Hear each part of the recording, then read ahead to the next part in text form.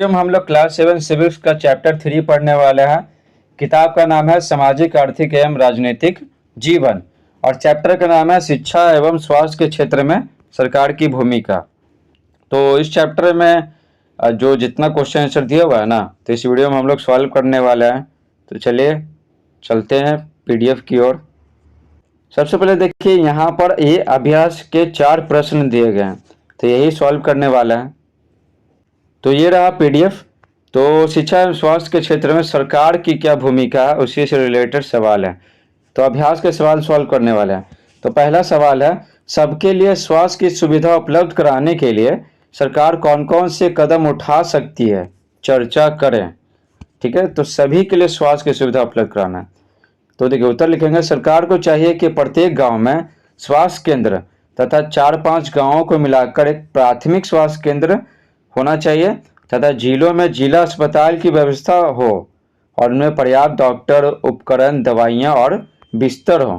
तो शहरों में, बड़े बड़े शहरों में तो हैं, जैसे पटना में तो बड़े बड़े अस्पताल, पीएमसीएच, एनएमसीएच और फिर एम्स है। ठीक है ना, एक फुलवारी शरीफ में एम्स है। तो बहुत दूर दूर से लोग आते हैं इलाज कराने के लिए, गाँवों से आते हैं।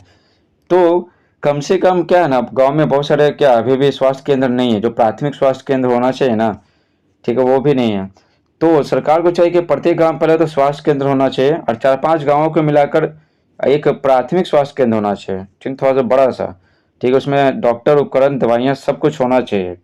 और जिला में क्या, जिला में जिला अस्पताल, एक बड़ा सा जिला अस्पताल होना चाहिए, ताकि वो जिला में जो जिस जिला में व्यक्ति हैं वो वहीं पर उनका इलाज हो सके। ठीक है, बड़े शहरों में, राजधानी में आने की कोई आवश्यकता ना पड़े।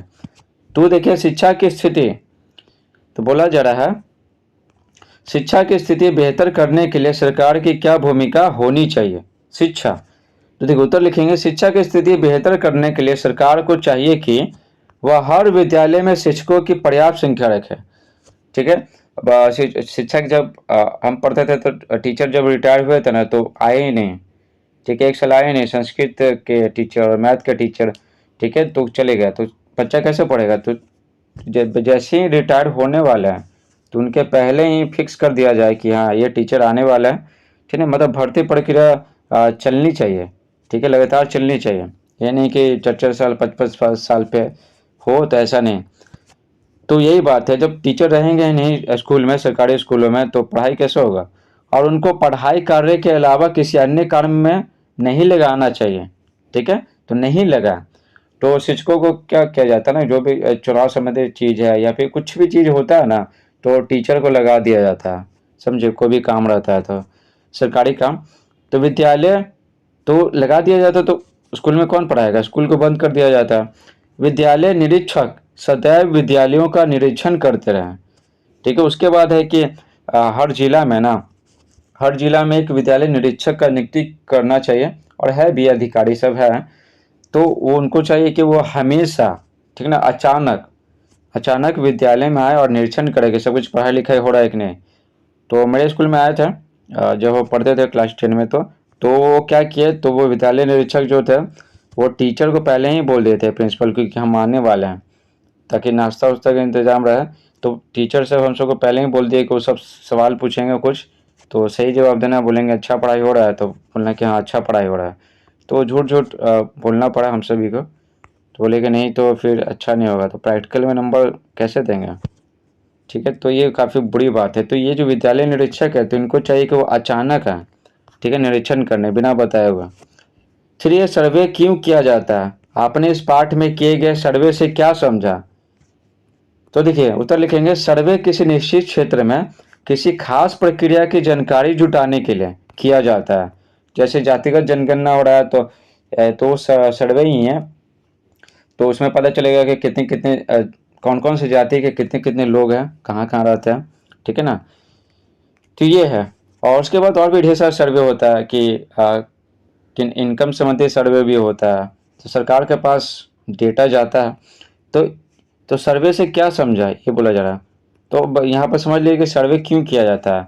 तो मान लेते हैं कि सर्वे किया गया, तो गरीबी रेखा से नीचे कितने लोग हैं पता चल गया, तो सरकार योजनाएं बनाती है उसी अनुसार, उसी डाटा के आधार पर। ठीक है, जब सरकार को कुछ पता ही नहीं रहेगा कि कितने लोग हैं गरीबी रेखा के नीचे से, तो राशन दुकानों पे राशन कितना मात्रा में जाए, ये सब कैसे पता चलेगा। योजना बनाने में आसानी होता है सरकार को। उसके बाद बोला जरा आपने इस पाठ में किए गए सर्वे से क्या समझा, तो उत्तर लिखेंगे इस पाठ में किए गए सर्वे से पता चला कि बच्चे किन किन कारणों से विद्यालय नहीं जा पाते हैं। तो हम चैप्टर में पढ़े हैं कि सर्वे है ना, कुछ बच्चे सर्वे किए हैं कि उसमें कर रहे थे कि बच्चे कौन कौन से कारणों से विद्यालय नहीं जा पाते हैं, ठीक है। तो वही सर्वे से, तो सर्वे से पता चल गया कि बच्चे किन किन कारणों से विद्यालय नहीं जा पाते हैं, यदि गए भी तो बीच में ही उन्होंने अपनी पढ़ाई क्यों छोड़ दी। तो सारा का सारा पता चल गया। अब फिर पता चलने से क्या होता है, फिर अगर सरकार को ये डेटा मिलेगा तो इन सभी समस्याओं का समाधान करेगी और फिर सभी बच्चे स्कूल जाएंगे। 4 है एक ही उम्र के बच्चे जो सरकारी स्कूल, निजी स्कूल या अन्य किसी स्कूल में पढ़ते हैं उनसे बातचीत करके पता करें कि इन स्कूलों में क्या समानता एवं अंतर है। तो बोला चला सरकारी स्कूल और निजी स्कूल, अन्य स्कूल क्या होता है, तो अन्य स्कूल तो है नहीं, बट हमारे यहाँ क्या है, सरकारी स्कूल या निजी स्कूल है, निजी यानी प्राइवेट स्कूल। तो दोनों में समानता यानी दोनों में सेम चीज़ है, और अंतर मतलब दोनों में अलग अलग चीज़ है।